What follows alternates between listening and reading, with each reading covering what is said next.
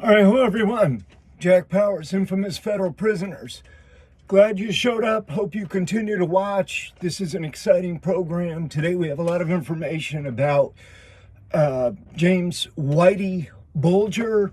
This is part 3 and maybe the last part. I don't know. We'll have to see how it goes. This is all just however it goes. There's a lot more to this story, trust me. This is the story that just keeps on unraveling. It just keeps on telling itself in different ways and spreading out. The roots and the ripples go everywhere. I mean, anything you can imagine or can't imagine. I mean, you really can't make this stuff up at all. But we were talking about Whitey Bulger. And we were talking about his life, his crimes, his early trip to Alcatraz as a convicted bank robber, him getting out, becoming a member of the Winter Hill Gang, becoming one of the top level enforcers and underbosses, and then hooking up with the FBI in Boston under a fellow by the name of John Morris, who was a supervisor, and then the case agent, or the chief case agent, John Connolly, and both Whitey Bulger and Stephen the Rifleman Flemmy both became informants, allegedly in the mid-70s, and for the next 20 years had the protection of the federal government. Now, just imagine this scenario. Imagine some lower level mobster anywhere. I mean, they're getting all kinds of information. They're on first name basis. I mean, they're taking vacations together. They're exchanging crates of champagne and whiskey and envelopes stuffed with money. And so, I mean, this is a very, very close and friendly relationship between Whitey Bulger and the FBI. And he's getting all kinds of information from them. Now, just imagine that some lower level guy in the Westies decides to become an informant. He gets cracked on something that maybe Bulger has told these guys about. Maybe it's somebody from the patriarcha crime family or something, some lower level guy. And now, all of a sudden, Whitey Bulger and the rifleman both know that this guy's a rat. The FBI, Morris and Connolly are feeding him back this information. Yeah, we got this guy came in, he's connected with the patriarcha crime family, and he wants to give up information about this or that. It happened. And it didn't happen just once. It happened who knows how many times. I mean, who could actually put a finger on it? But it happened more than once. And those people end up, disappeared. A whole bunch of, riddled with bullets and disappeared. So this was a really, and then you factor in Whitey Bulger's brother being the president of the Senate of the state of Massachusetts. Billy Bulger.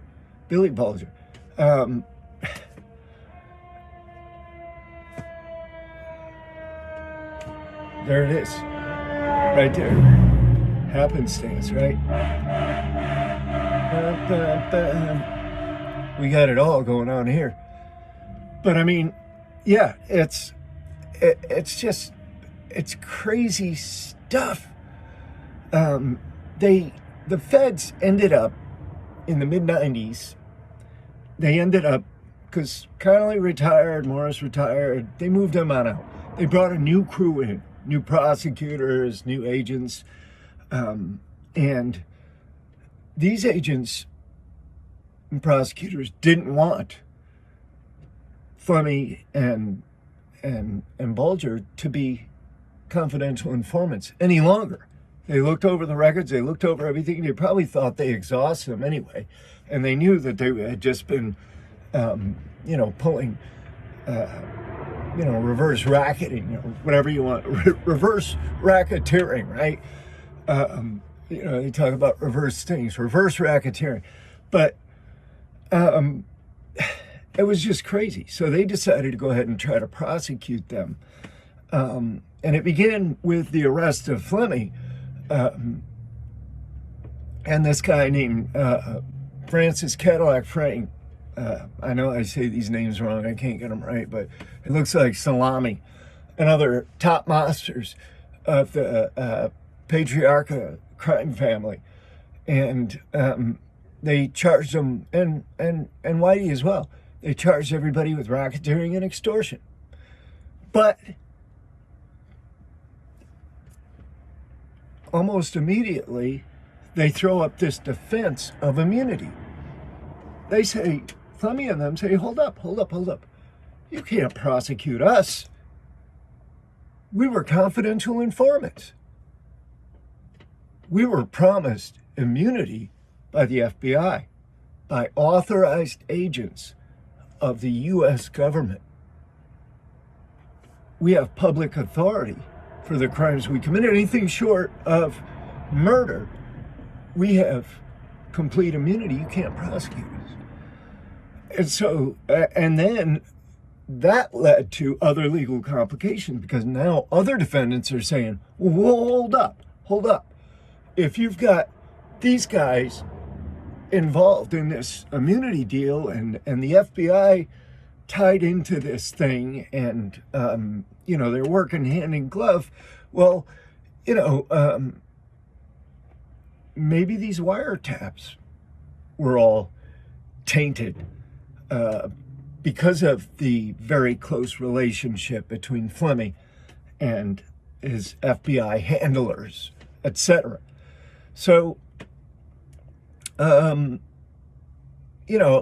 Flemmy had won this argument, it would have probably upset the entire apple cart. Probably a lot of guys would have, been released or gotten out, including Junior Patriarch and a fellow that I knew from Leavenworth, Gennaro, Jerry, and Julio. Jerry came out to Leavenworth. I'll tell you this short story. He came out to Leavenworth. He's on B lower. He was right, like, I think maybe the next cell down or 2 cells down from me. And he was cool. Jerry and Julia. He was cool, right? But he used to walk around his cell naked. I mean, all the time.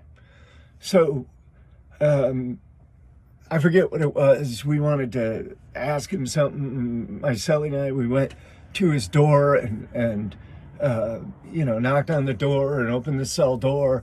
And there he was, standing over by the sink, looking at himself in the mirror. And I guess just standing there admiring himself. He's an old guy, right? He was probably 70s in. I think he's dead now.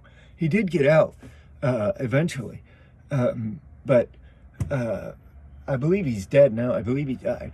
But he's looking at himself in the mirror, and he's just got this look of like, he's just fascinated with himself.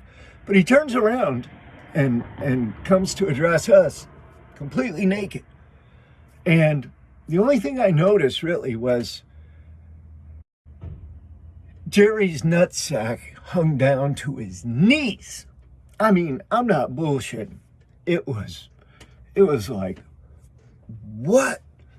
It was like, yeah, it was just, it looked like another leg or something, like some kind of a weird appendage or something. And I'm like, oh man, come on, Jerry, put some clothes on, man, come on. This is a federal prison here. I don't care, I don't give a fuck about no federal prison, blah, blah, blah. So, I digress a little bit just to tell that story. But, they helped this case put Jerry and Julio away as well. And he was a big, here we go. He was a big mobster. He was a big mobster in Boston, big boss. So obviously the case didn't go the way Fleming wanted it to,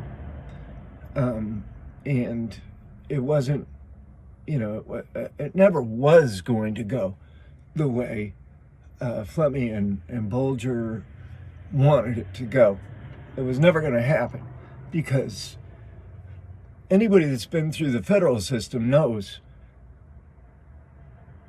no. The overriding principle is not the Constitution and laws of the United States. The overriding principle is, put them motherfuckers away. Get the convictions. Get the convictions, no matter what. Put them away. This is a matter of public safety. It's a matter of off to the side policy, where the ends justify the means. Because after all, what do federal judges do? They interpret the law. It's an opinion. They render an opinion on what the law means. And they don't care if it's wrong. Hey, I'm wrong. Okay, it was just my opinion of what the law means, of how this case should be decided. So they're not going to go by the letter, really, in very few cases. Now, let's talk about Morris and Connolly a little bit. With those guys, it's a totally different form of justice, totally different procedure, totally different system. And this is what a lot of people complain about in the U.S. and elsewhere, is that you've got two systems of justice. And this illustrates it very well. If you've got those that are, on law enforcement side, or politically connected, or have some kind of a status, can weave their way to the inside of this lawyers club, and hit the ones with the influence the right way, then boom, they're out the door. They're out the door.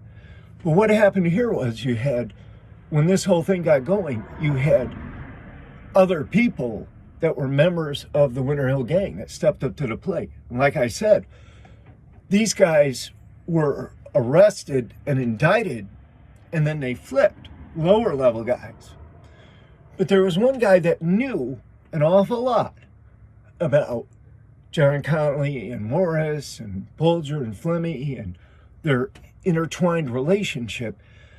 And he was a young guy. He's about 27, 28 years old. He was at a facility for prisoner witnesses. And he got into a close relationship, like not anything, it was nothing sexual or romantic or anything. It was a dude that worked in the food service department, a young guy. And those two, the prisoner, the Whitey Bulger Connolly witness, and the food service steward, got into a close relationship. And allegedly, I don't know what happened, but allegedly, the young food service steward started bringing in some drugs, some cocaine and stuff to the witness. And I don't know if that's the way it went down, but this witness came down the stairs one day. He sat on the steps early in the morning when they opened the doors to go out to the chow hall, still dark. He sat down on the steps because there were steps that went down and then the double doors. He sat down, he leaned back on the carpet. It was carpeted then. He leaned back on the carpeting and never got up again. Turned blue, deep blue, and was dead right there on the spot.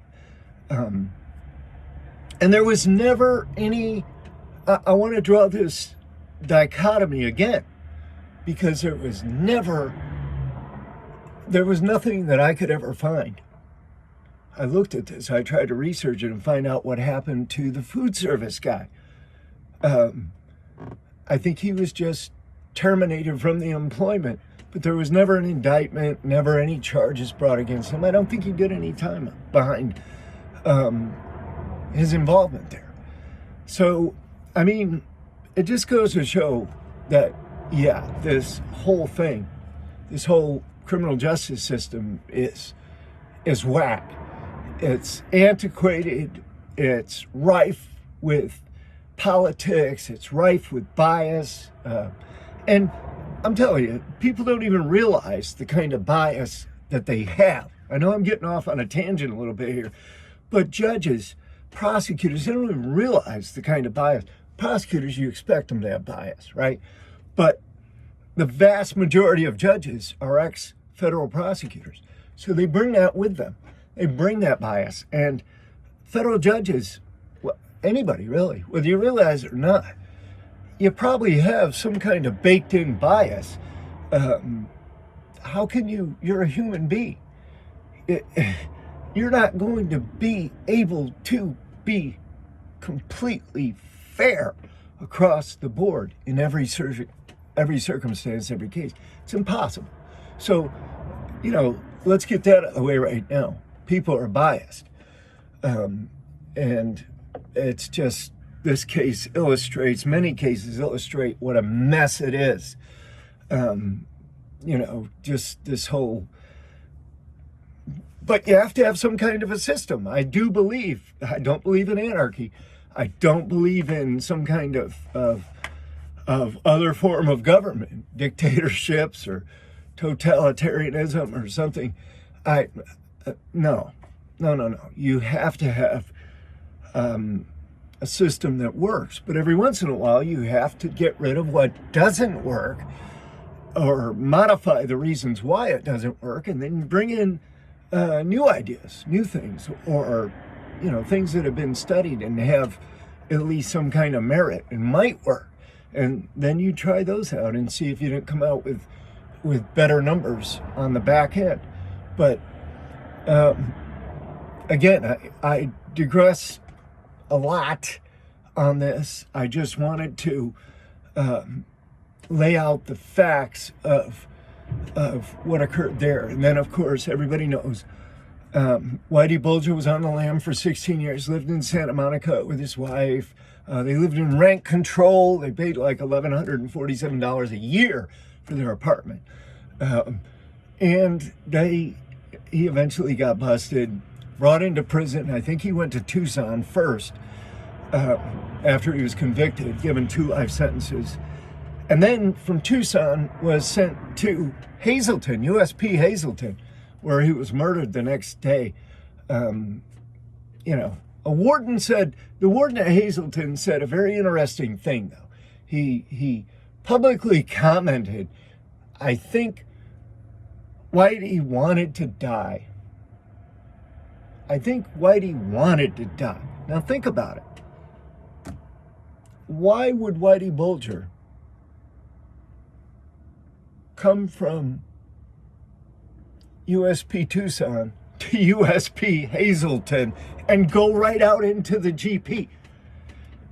He had to know. He's in a wheelchair too. Late 80s. He's finished. He knows it. Maybe he did want to die. And maybe he wanted to die like that. I mean, who the hell knows? But goodbye, Whitey Bulger, and goodbye for now to you, my friends. I hope you join in again. I wish you'd buy one of my books. It would help out a lot. If not, at least subscribe. Get your friends to subscribe. Get them to watch this channel. We're going to do some really interesting things in the future. Thank you very much.